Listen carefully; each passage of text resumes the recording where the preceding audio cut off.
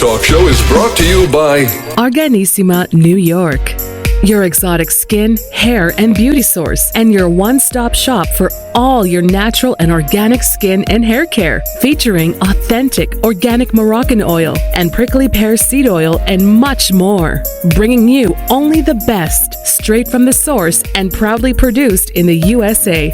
So what are you waiting for? Shop today at www.arganissima.com. Arganissima, New York. Your beauty is our duty.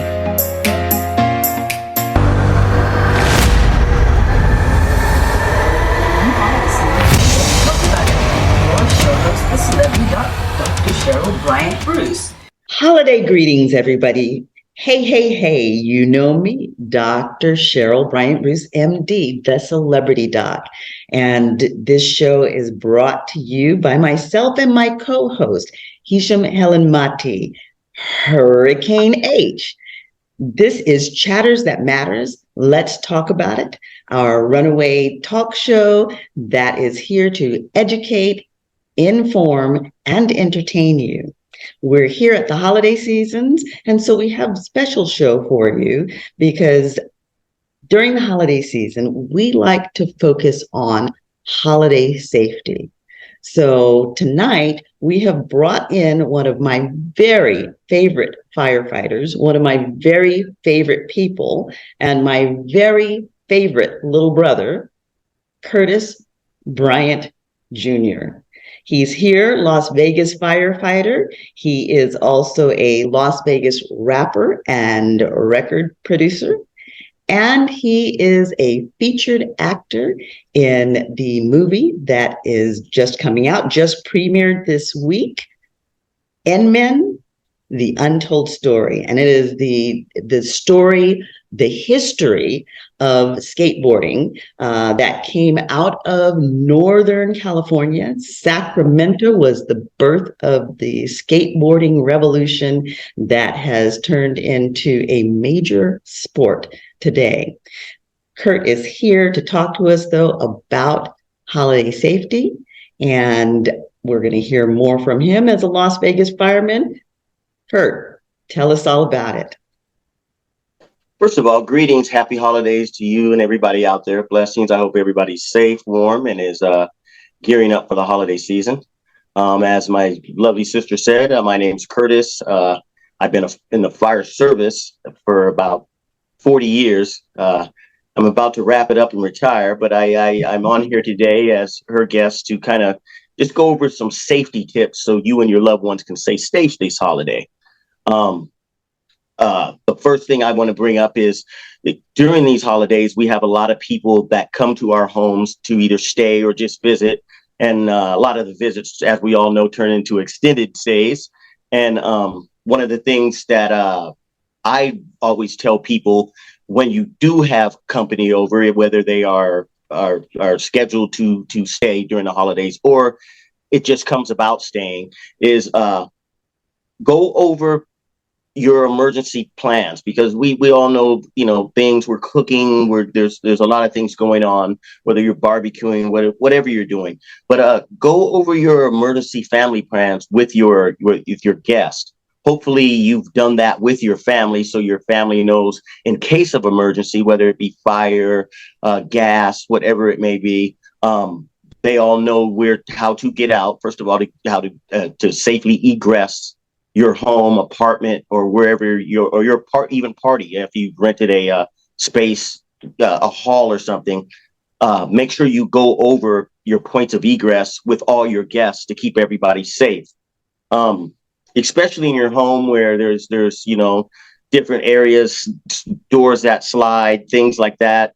We always don't, when we are home, adhere to things like fire codes. So very often we may block an exit or block a window. So that point of egress will be cut off. So as your guests arrive and before, they get settled, let them know, hey, these are the back door, the front door.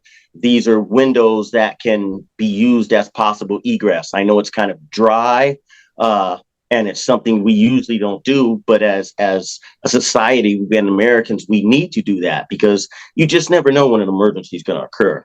So you let them know where your exits are, where your windows are, if your windows have locks or if you have storm shutters or things like that, how to exit.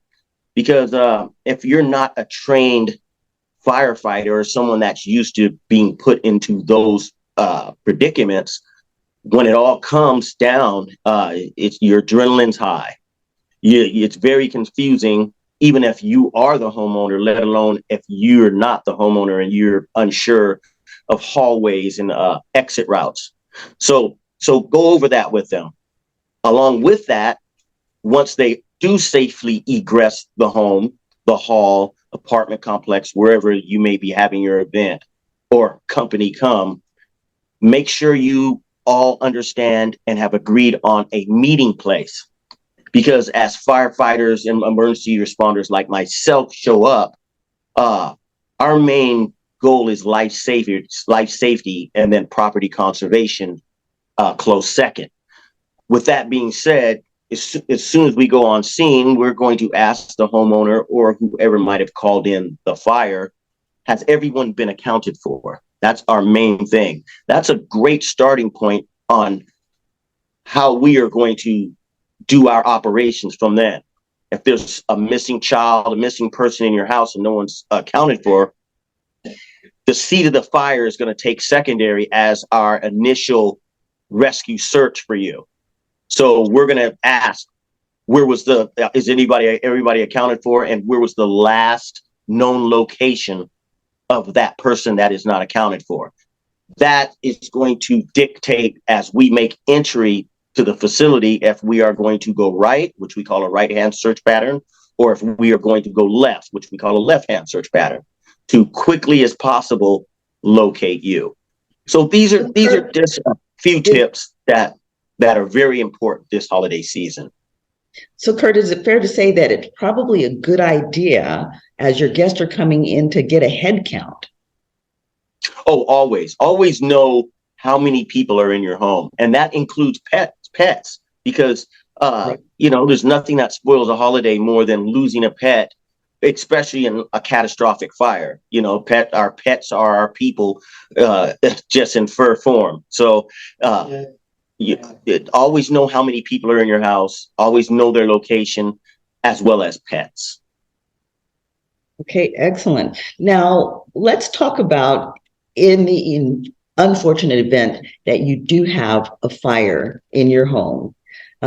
It's important for everybody to escape, but we know that a lot of times people don't die from the fire, but they die from smoke inhalation.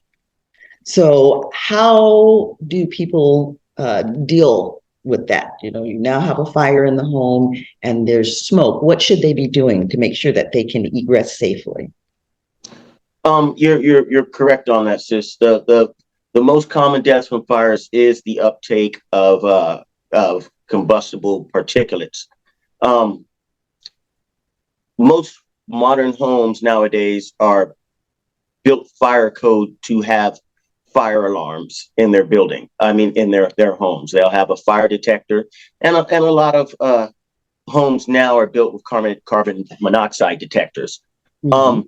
So just backtracking a little bit, regardless if you're going to have company or not, make sure you keep, if your fire detectors aren't hardwired to your electrical system, to your home, and they are merely battery operated, make sure you keep up with that battery. Don't wait for it to start chirping to replace your batteries. Make a mental note, make a note in your phone, get your batteries and your detectors on a schedule, okay? And change all your batteries. That's rule number one, okay? And once there is a fire, say there is a fire, especially a kitchen fire, because 95% of the fires in the home are going to usually be kitchen fires, and then a close second of the cause is going to be electrical of some sort. Right. As a homeowner, be a responsible homeowner. You can go online, Amazon, any of the chain stores, Target, Walmart, and you can get you a portable fire extinguisher. The type of fire extinguisher I suggest everyone have in their home is an ABC fire extinguisher. And what is that basically used for? It's used for any type of combustibles. The A, which is the Class A combustibles, that's your cardboard, your papers, things of that nature. Your Class B will be your flammable liquids, which will cover any kitchen fire, as far as hot oil or anything like that. A lot of people will do fried turkeys and things like that. And so I always have a ABC extinguisher standing by. And the C of that is any type of electrical equipment that may catch on fire. There is another one, Class D, and that's for metals, heavy metals and things like that. But your standard ABC 6-pounder ABC extinguisher will do just fine. And you can pick those like I said, by any of the Walmart's, Targets, or online. It's a reasonable cost for a great deal of safety. So put those readily available in your home. If the fire is in its incipient stage, which is your beginning stage, once you purchase the fire extinguisher, read it. Learn how to pull the tab. Learn what it says on it. The instructions are pretty basic. It's like an AED. You read the prompts, it'll tell you what to do. But please, by all means, do that before it's time to fight the fire. And just for our audience, the benefit of our audience, because some people aren't going to know what an AED is, can you explain to the audience what an AED is? An automatic defibrillator. And that's more in the medical field, but an AED is just an automatic defibrillator that will auto convert your heart rhythms and give you a better chance, just in case you have a myocardial infarction, better known as a heart attack. But buy the extinguisher, read the back, and with your family members, make sure they understand the proper uses of it, to include your kids, your children. Mm-hmm. I hope it never happens, but I've responded to fires where little ones were cut off from their parents, or in a panic, the parents got out of the house and children were left in the house. So, I mean, if there's a small fire extinguisher, which they come in 6-pounders, and show your child how to use it. Show your child how to use it and give him an honest fighting chance before we arrive on scene. Put it in an area that's readily available. Learn how to use it and know your limits. If that fire was a stove or gas fire and it has already caught the curtains and it's starting to advance past the incipient beginning stages, don't be a hero. Get out of the building. Don't even think about the fire extinguisher. But if the fire's small, it's on the stove or something, or it's in the garbage can, and you can safely and comfortably fight it. The fire's not taller than you. It's stationary in that room, hasn't consumed the room. Then go ahead and put the fire out, and then exit the building at all times. But that's what you buy the fire extinguisher for. So you might as well use it. Now, how about if you don't have immediate access to the fire extinguisher, which I do recommend if you have a fire extinguisher. Again, he says that the most likely place that you're going to get the fire is in the kitchen at the stove. So that fire extinguisher is best near the place where you're going to get the fire. But in the event that the fire extinguisher is not readily available, or maybe the pin won't pull or whatever, can you talk about smothering fires or what we can do aside from throwing water on the oil fire, and why we don't do that? Can you tell us about that? Yes. And before I do that, though, like I said, in situations like this, everybody's going to react different, especially if you've never been in that situation and you're not trained. It's always safe. It's no one wants to lose their home. But if you have a doubt that you can safely fight the fire, evacuate and make sure everybody's out of the house. On your way out the door, you yell fire, fire, fire. But if that house is expendable, you are not. Yes, but if you are comfortable and the fire is, let's say, contained to the stove, take a deep breath, don't panic, and look for the lid. Mhm. The fire in the fire triangle, the fire has elements that keep the fire going. All you do is cut off one of those elements, whether it's the fuel, whether it's the oxygen, you just cut off one of those elements. In this case, you would cut off the element of oxygen by placing the lid on top of the pan. It smothers the fire out. You have to think.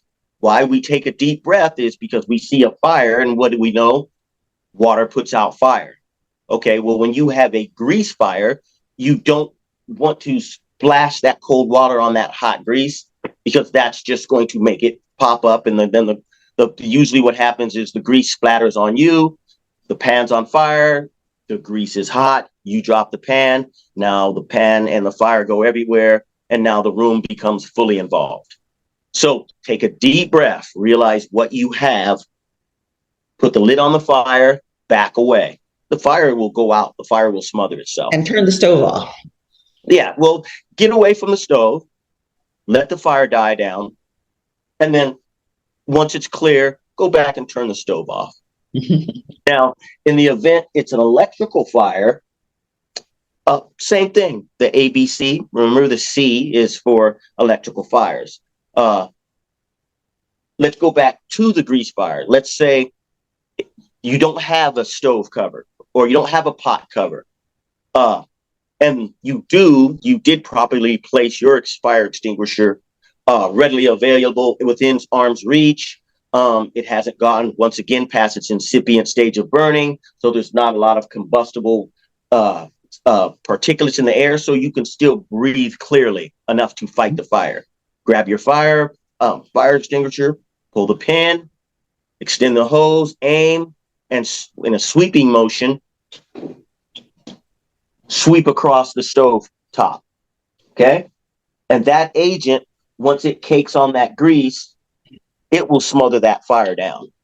But once you extinguisher, once you start and decide to combat that fire, you completely discharge that extinguisher. Okay, you don't want to rekindle and have a false sense of security just that because the fire got knocked down. You completely discharge that fire extinguisher until there's nothing of that agent left, and then put the extinguisher down, back out of the home, let the on the way out, open up your doors or whatever of your point of egress, and let the smoke particulates clear out of the building. By then, we're on our way, and we can assess the damage, make sure there's no further progress of the fire. It didn't get up into any crawl spaces or any false ceilings. That's our job. As long as you're outside safe, then we're equipped with personal protective equipment to do our job. Okay, now, Curtis, in the event the fire has gotten out of control, and say your way of egress is blocked by fire, what is the safest way to try and get through that fire? You've got heavy smoke, you've got fire. What is the safest way to try and get out so that you don't stay trapped in? I mean, you're gonna be at risk going through, but what is the safest way to get yourself out? Well, at that point, because you just said that your points of egress are blocked. So at that point, you're not going to get out. So this is what you're going to do. We all know hot air rises, okay? Mm-hmm. So the good air, as we all know, is going to be lower. So the first thing you want to do is get down low and crawl, okay? You want to crawl closest and quickest to the furthest point of the fire. Okay, if it starts in the kitchen, you want to be in the back bedroom. Next, you want to be next to a window. If you can't break that window, which maybe it has storm shutters or something like that, you want to break it from the inside, even if you can't get out, and just scream at the top of your lungs, "I'm in here, I'm in here, I'm in here." Because when we get on scene and someone tells us there's 2 people unaccounted for, we are going to do, like I said, the right or left hand search pattern to find you.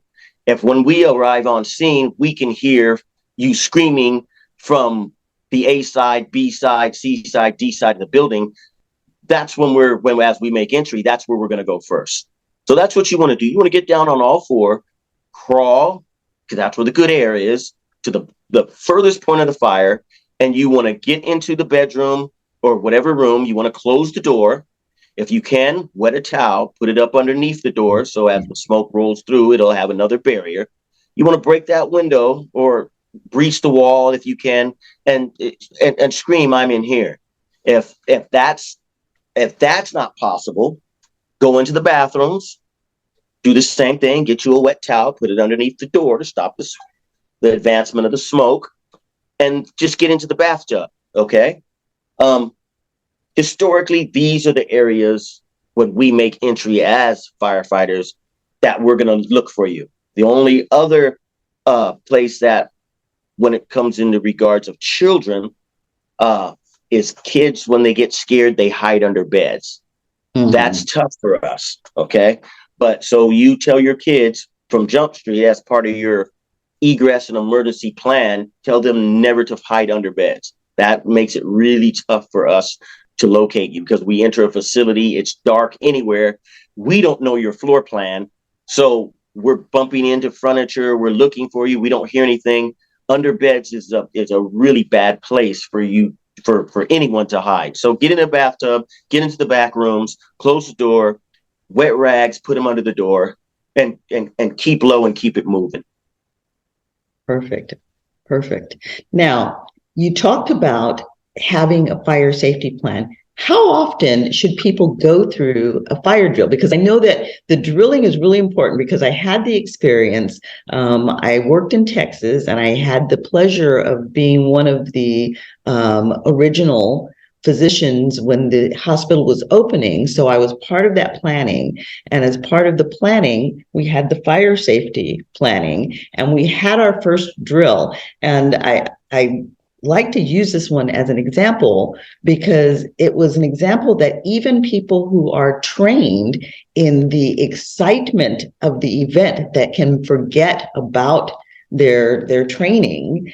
And some of the medical personnel didn't do very well, but some of the fire department even didn't do very well, because at the end of the mock scenario, they couldn't find two of the firefighters. And they're like, well, where did those guys get off to? Well, they had managed to get themselves into the elevator and got locked in the elevator when the elevator shafts closed for the fire. So, they didn't follow their usual protocol. And if people haven't drilled, which is why we have mock drills, then in the chaos and the excitement, the adrenaline's pumping, you're not thinking clearly, and you might not go through the scenario very well. But the more you drill, the more it becomes kind of rote for you. So how often would you say that we should drill to get to that point where we're likely to go on to automatic and just function the way we need to get through the situation before we fall apart? Because after the adrenaline is gone, we all fall apart. So how often do you think that we should drill our fire safety with our families? Here's the thing. A lot of it depends on the aptitude of your family. I mean, I could tell you, do a monthly drill. I could tell you every 6 months. I could tell you, your family, you the layout of your house. If I live in a 2-room apartment, do I have to do a fire drill that much? No, because there's usually going to be only one way, exit, or possibly 2 means of exit. It depends on the complexity of your home. It depends on how many people. It depends on, do you live in a multi-story, 2-story home where people can be at different areas? There's so many variables. I would say initially, get together, work the plan out, get an extinguisher, and during that month of first putting this plan in, hold several drills to include, okay, there's a stovetop fire. Okay, in the third bedroom, there's a simple trash can fire.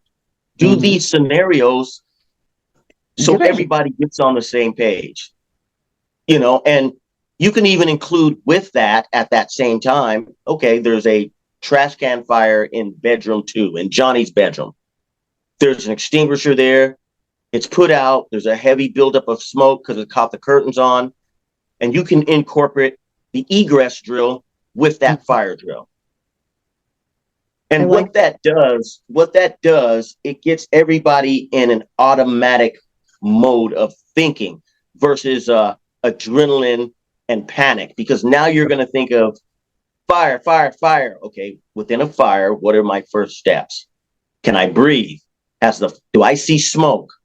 Do I know where the fire is? Do I know where I'm at during this fire and where my closest egress is? You're going to start thinking like that. You're going to start thinking like a fireman. So, do 2 or 3 drills in the first, the month that you develop the plan, and get an extinguisher, And after that, like I said, it's the aptitude of the family involved, once it becomes a happen place that you know what you're doing, then, you can, every 2-3 months, every 6 months, whatever, go ahead. It just depends on your family and your situations. I love that. I absolutely love that.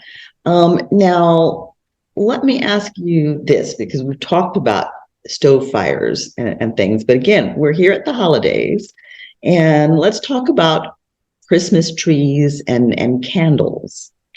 I know that when we were growing up, we had those big Christmas bulbs on the strands that got very, very hot and would set the trees on fire. And so now they've got the little twinkling lights that tend to stay cool. But people can, I think, get a little bit over secure with that because it is still an electrical cord. So, what are some of the things that people can do to keep the home safe when they're using a Christmas tree and Christmas lights and the candles? I mean, it's not just Christmas time, it's Hanukkah and Kwanzaa, and a lot of people are using candles and such. Well, as far as Christmas lights now, the UL laboratory has, they've put stricter, over the years, they put stricter regulations on Christmas lights and things like that. And now today, with everybody trying to be more conserve energy, most of those are going to be LED anyway. So you're not going to get the heat buildup. Even if your tree is paper dry, you're not going to set those trees on fire just because the way the industry's lights are made. But the main thing is take a common sense approach. Be vigilant. Put water under your tree. Make sure your tree doesn't dry out. Make sure your tree isn't close to a heating element. If you're heating the house with a buck stove, or if you're heating the house with a portable heater, make sure that's not in close proximity to your trees, further dehydrating and drying out the trees. The lights, you really don't have to worry as much. And the thing with most lights, which most people do anyway, in the year 2020, is they put all their lights on timers. So the Christmas tree's on and you set it for 10, 11, everybody turns in, the tree lights go off. But with them being LEDs, they don't heat up to that point anyway. And as far as candles, you got to take common sense has to come into play. You got to be vigilant to someone has to be the responsible adult to say, if we light the candles, we got to put the candles out, and don't place the candles in an area, look up, look down, and look around before you place that candle to make sure that flame isn't going to be impinging on something through convection that it's going to eventually catch on fire. You have to take a common sense approach for you and your loved ones. Now, at this time of the year, a lot of people in their decorating choice, they put the candles into a paper bag. Do you recommend against that? You know what? Depending on your religion and things like that, that is a commonplace. and they have no bag. They have no burn bags. They have bags that are coated, the inside that are coated with kind of a fire retardant thing, just for Right. those purposes. Just like when you see the people during morning and they'll lay out the floating candles and they Right. have them. So make sure you get the products that support that. Don't get your everyday bag from the you out shopping someplace and put a candle in it and burn it. It's not gonna work out for you well. So once again, a little common sense has to be in play. Use the proper things if you're going to indulge in those type of ceremonies and things like that. Mm-hmm. And they also have those little LED candle lights that you can put into the Yeah, bags. you can do that. A lot of people are, especially if your family's from the old country, they're going to be more traditionalists, so Mm-hmm. they're going to use candles. Right. Mhm. It's just a common sense thing. We have to stop and think about the hazards of what we're doing and how we can prevent emergencies and accidents. It just takes a second of time of prevention uh, to save your life or have you enjoy your holidays without a catastrophic, event or an emergency occurring. Mm-hmm. Absolutely. Absolutely. Mhm. So again, if you can just sum that up, 3 to 5 points that these are First, the things that you first of really all, have to do. as you're going into the holidays, take a walk around your home, get your decorating plan, your company plan, put the plan together, and have that in incorporated with your emergency egress plan. Uh, Look at your decoration displays. Make sure you're going to have a display that's safe.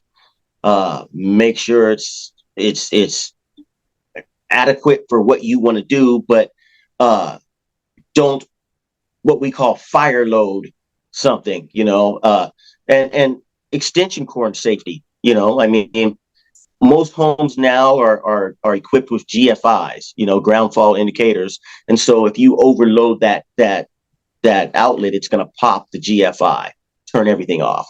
Okay, so we've been talking about fire safety and things that we typically are going to experience in the city and in the suburbs.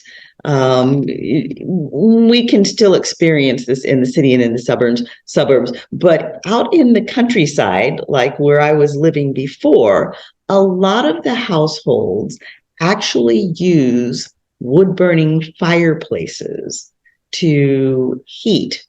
And certainly anybody who has a fireplace around the holidays, if they are in the city, they'll want to crank up the fireplace because it's merry and it's atmosphere and the whole bit. So, can you talk about fire safety as far as fireplaces go and prepping fireplaces and managing fireplaces if we are going to have our fireplaces active during the holidays?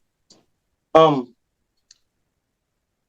all I can really say about that, I don't have a vast knowledge of that, but it take like the common theme I've been saying is take a common sense approach. Make Mm-hmm. sure the soot build up on your fireplace. Mm-hmm. Get it cleaned. Your chimney, make sure there are no birds' nests, and no birds roosting in your chimney. So as the smoke rises, it doesn't catch that bird nest on fire, causing the nest to fall down into the fire. Make sure your flute works, that can open and close, and make sure obviously when you start the fire, open the flute so the smoke goes out of the chimney instead of into the structure. Mm-hmm. And just, don't overload your fireplace where the embers are back burning out into your home, or they are going in the proper place, and stack them to the back, and just fire safety basics for using a fireplace. Now, like my home, my residence is in Las Vegas, and all of our chimneys and new construction are of gas nature. So check your pilots. Um, and make sure that all your connections are good. If you turn it on and you smell gas, obviously there's, by moving furniture around and things like that, something has happened to that feeder line. So immediately turn it out and call your local utility gas company, and they can come out and do a safety check on your line all the way to the gas meter and beyond. So use basic training, basic things like that when you are using a wood fireplace, and you're going to leave it unattended because, like I said, some people have the regulars, and then some people have things like a buck stove. Don't fire load around that. So the heat will transfer over to packages, Christmas presents, anything like that, and cause fires, But it's pretty common sense and basic understanding of it's not. Yeah. And if you have little kids, it's smart to get those screens so they can't directly touch a fireplace or get close enough when in play to fall against, trip, or whatever, and get burned by the fireplace, or worst case scenario, fall into the fireplace. Right. Absolutely. And also with pets, if you have pets around the fireplaces as well. So, and then pets, go ahead. Pets are a little bit smarter than us. So when they feel the heat, they're not going to go near it anyway, Well, not necessarily so, unless I had a dumb cat, because that cat was intrigued by the fire. So. Yeah, I've been a firefighter for 40-something years, and I've never had to respond on a cat or a dog that went into the fireplace, caught on fire, ran out, started to curt. Never. Never had to. So pets, I mean, it wasn't a matter of the cat catching itself on fire, but it was batting at things, and if you don't keep that door closed, it will bat at stuff, and some of the stuff flying out, because especially as the fire is starting to build up, you'll get stuff flying out of the fireplace, and if the cat bats at it, or the cat's running by it and playing around it, it can move stuff around and set up fires. And I brought that one up because I did have the cat do that. So, and then the other thing though that is a big deal is that when you're cleaning that fireplace out and you put the embers in the bucket, and they may look like they're out, but the core, the inside of those embers can actually be quite hot still. So make sure that you don't put those around anything that could potentially ignite. Best to actually put water in them and make sure that they're completely out, because that's what I was going to say. You always should take it one step further. Go to a safe place, pour water in there, and let it sit, and let the container cool down before you put it back in its place. Yes. Yeah, absolutely. So those have been some great safety tips for fire safety, and that was the crux of what we wanted to talk about in this particular show. But because this is really a very special occasion, my brother is here in Sacramento. As I said, he's a Las Vegas firefighter, but he is here in Sacramento, and he is here in Sacramento specifically for the premiere of NMN, The Untold Story. So I'm going to give you a minute, Curt, to just tell us about the movie and the experience. Share that with our audience. The Inman story is basically, in a nutshell, when skateboarding started in California in 60s and 70s, 80s, when it's really progressed from taking steel wheels off your sister's skates and nailing them to a board to actually yes, he did do that. Make a toy that we're going to make a toy that actually is for skateboarding. Northern California and Southern California was right in the crust of that. I mean, you have the especially Southern California, because you have the beaches and what are the Beach Boys and all that? What are they known for? Surfing. Well, when there was no waves or it got too cold to surf or whatever, they still wanted to keep up their skills and practice their surf motions, so they would ride skateboards. As skateboarding got to a point where it was profitable, skateboards started to advance. They went to trucks that could actually turn, and trucks are the things. Think of them as axles. The wheels attached to the trucks. The truck attaches to the board.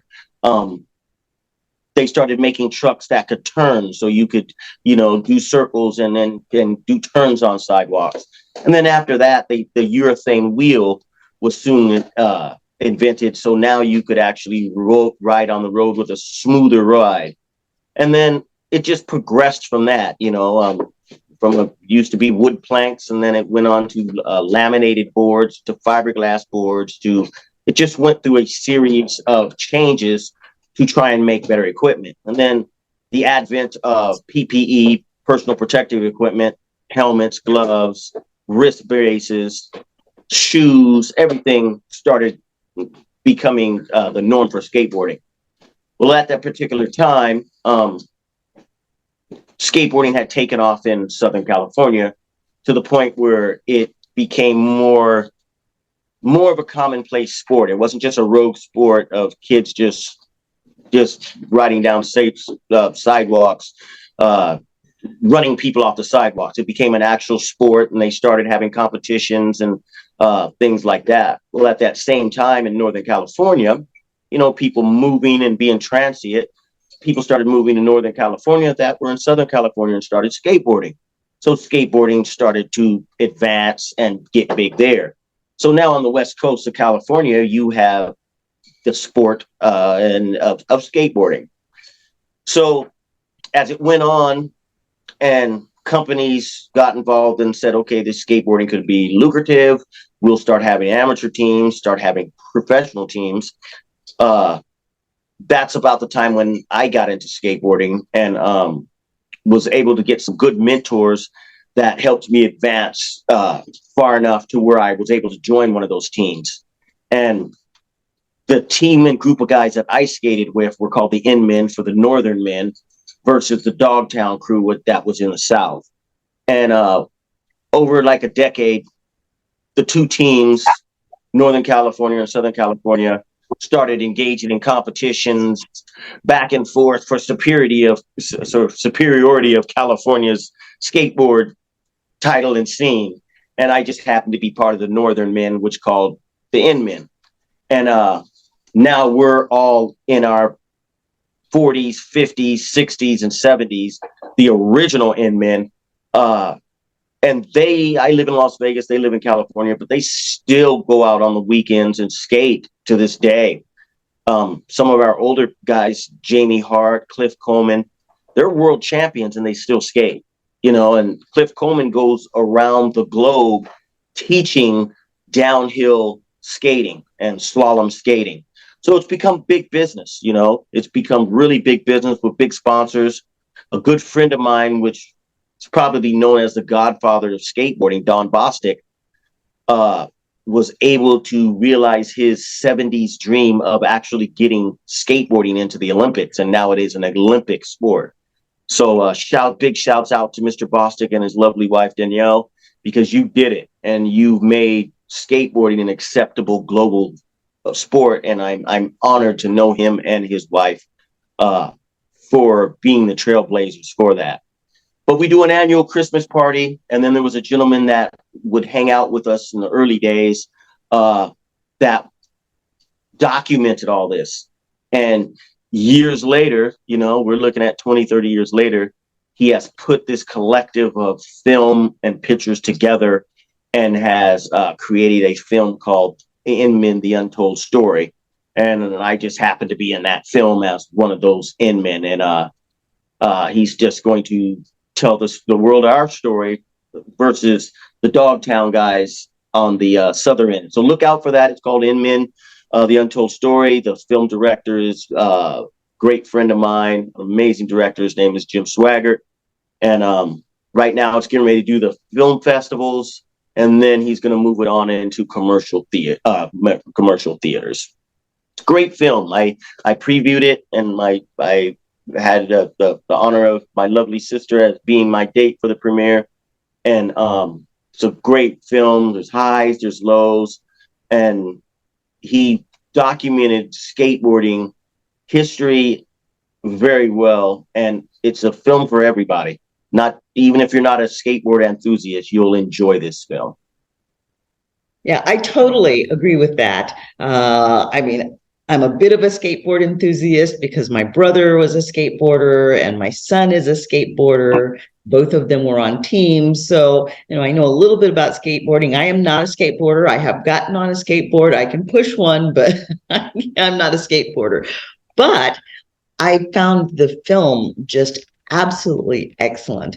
It was a documentary. It gave an interesting history of skateboarding. And I mean, I've had skateboarding in my life, a good chunk of it, because my brother was very young when he started.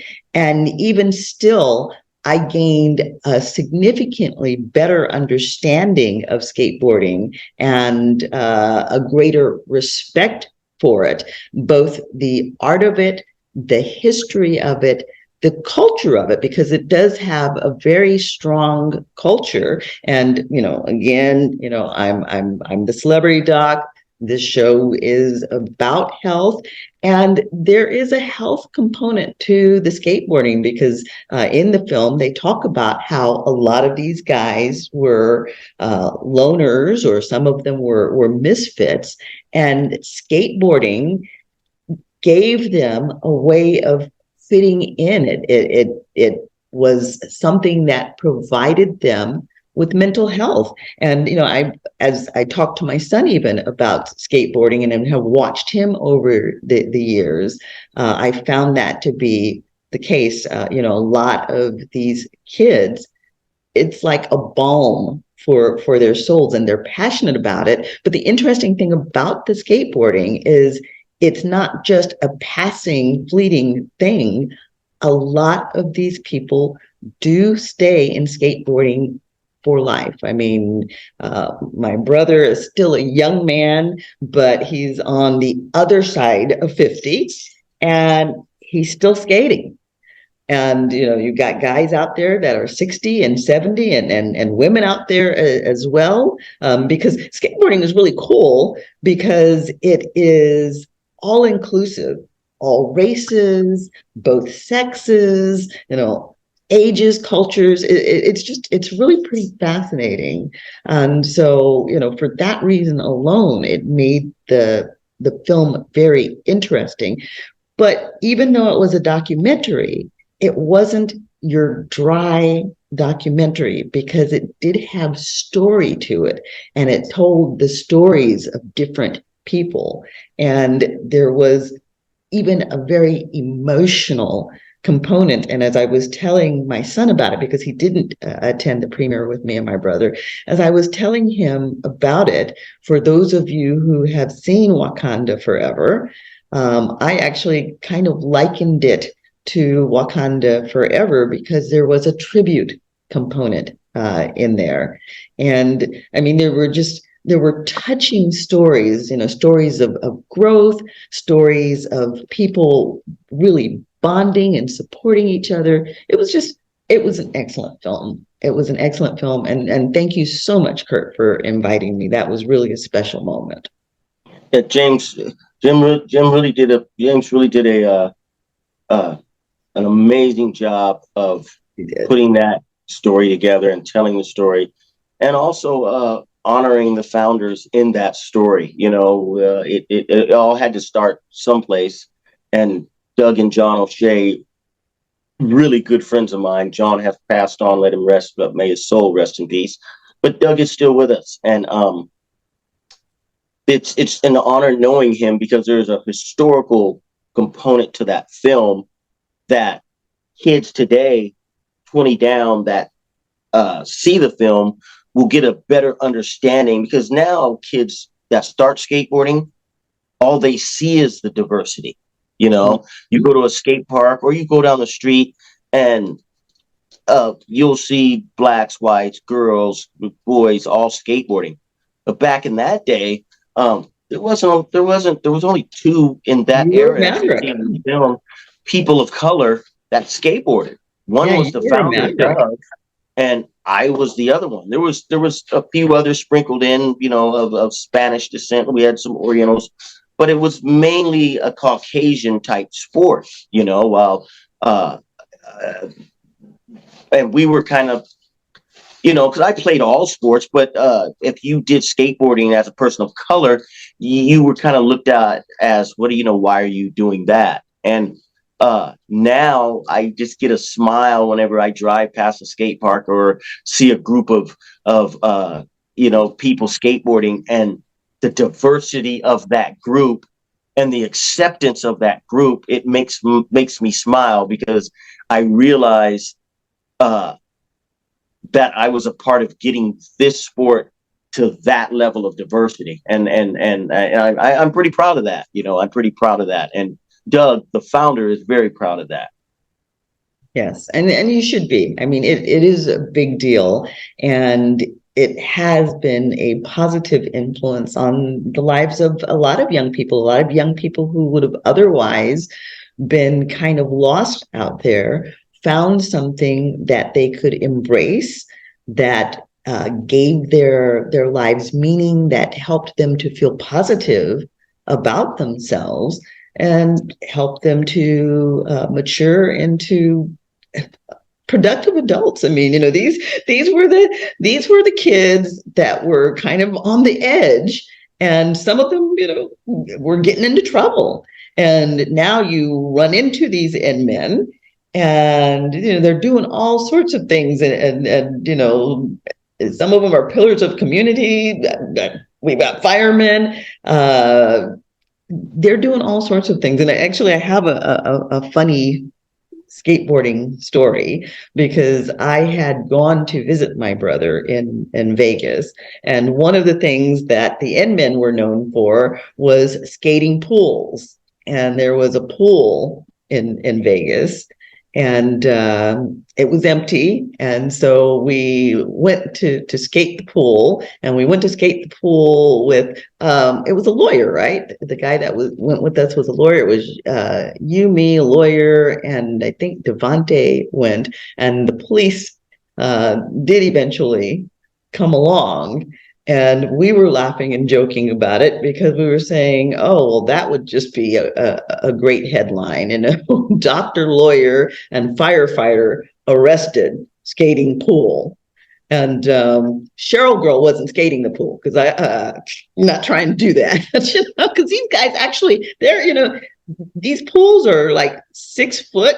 And I mean, they even have higher drops than that, and they're dropping into these pools to skateboard. So, kudos to them for courage. That it takes a lot of brass to do that. And there are a lot of broken bones accordingly. But, I mean, skateboarding is the kind of a sport that, even though these guys are getting broken up, they're still going back to it, and they're still loving it.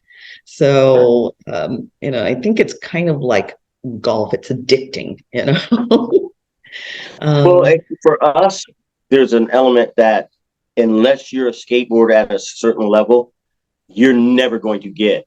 Oh, yeah. For a lot of people that skate at a certain levels, it's escapism to the utmost. I mean, because you got to actually think, we are going against so many of laws of physics.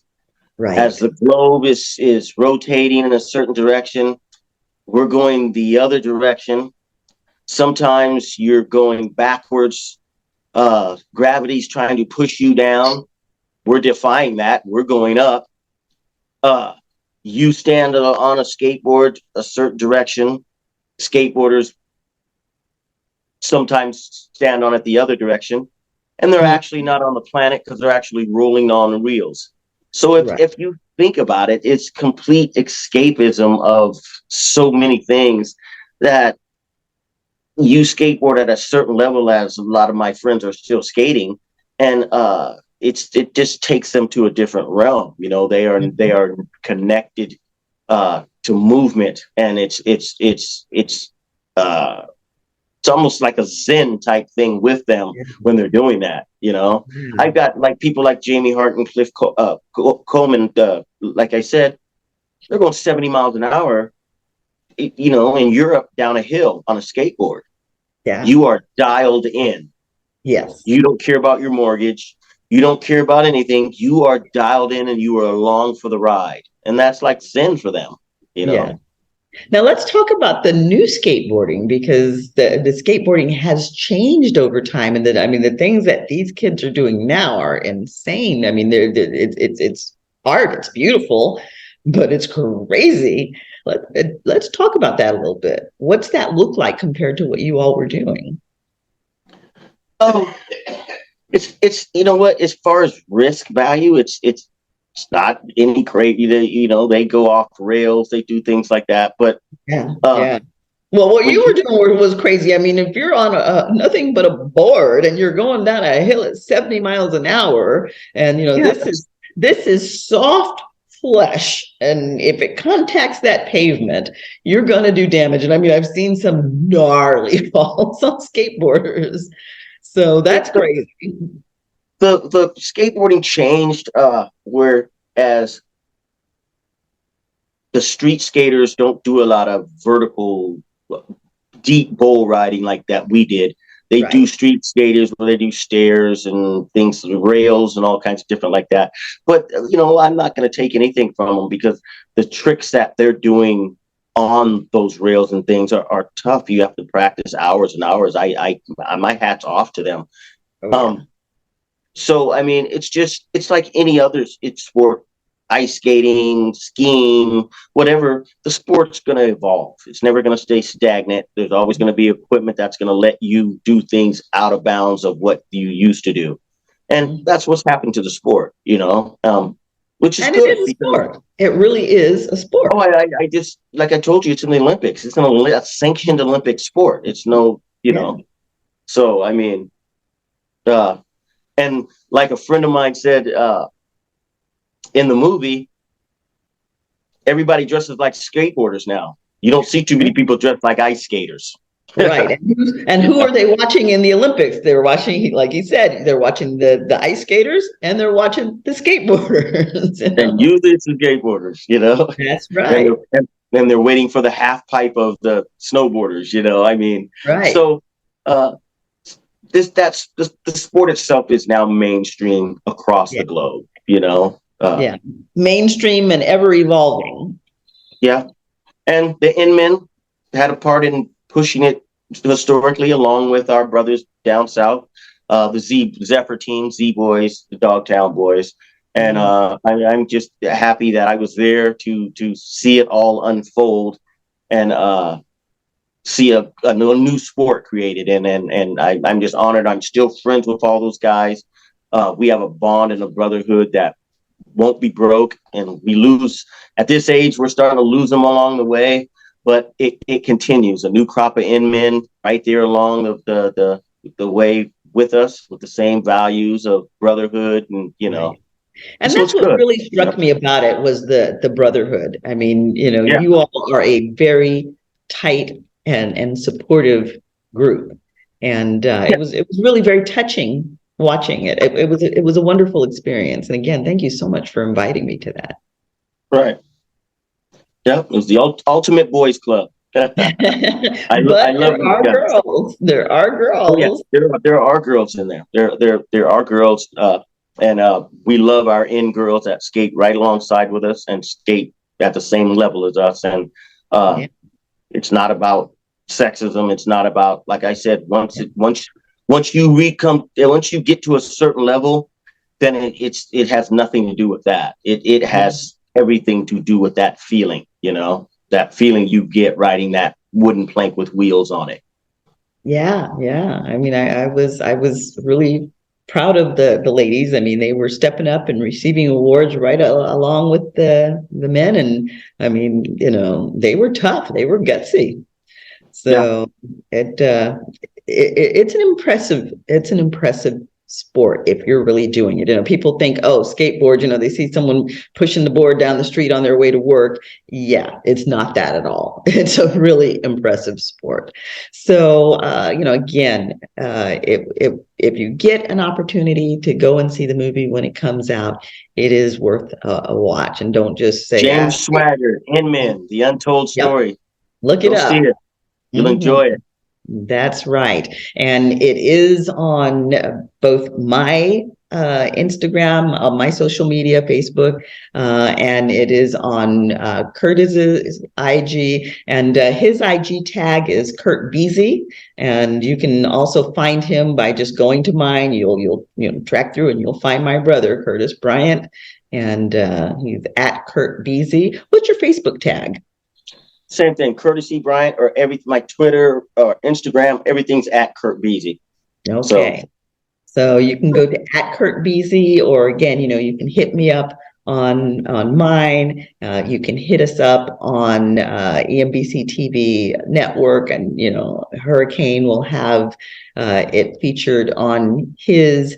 So, we'll put the information up about the movie, and go ahead and connect to my brother. He's always got interesting things coming up on his social media, and connect to us. We want you to tell us what you like about the show, what you don't like, what you want more of. Connect to us, like us, and by all means, please leave comments and please share it with your friends. So you have been listening to Chatters That Matter. Let's talk about it. I'm your show host, Dr. Cheryl Bryant Bruce, MD, the Celebrity Doc, and my co-host is Hisham Elamati, Hurricane H, and our featured guest tonight has been none other than my brother, Curtis Bryant, Las Vegas firefighter, Inman actor, and again, he is a rapper extraordinaire there in the Las Vegas area. Watch this again if you get a chance, and soak in those safety tips, because those are going to be very important for please everyone having a safe and happy holiday. Merry Christmas, and have a great and prosperous upcoming new year. Absolutely. Thank you for joining us. Thank you for supporting us. Of course, we'll be on the air all the way until the end of the new year, but if you should happen to not join us before the new year, as Kurt said, we want you to have a happy and prosperous new year, and we want you to have wonderful holidays. Even though this is a holiday show, these tips, these safety tips, fire tips, are applicable all throughout the year. And this will be an evergreen show that you can find on YouTube. The recordings will be on Spotify, on the radio, and all of the numerous other places you can find this show. But revisit them, remind yourselves of the tips, because above all, you do want to stay safe. And he has delivered some great nuggets of fire safety here. So again, thank you for joining us, and have wonderful holidays. You're listening to Chatters That Matters. Let's talk about it.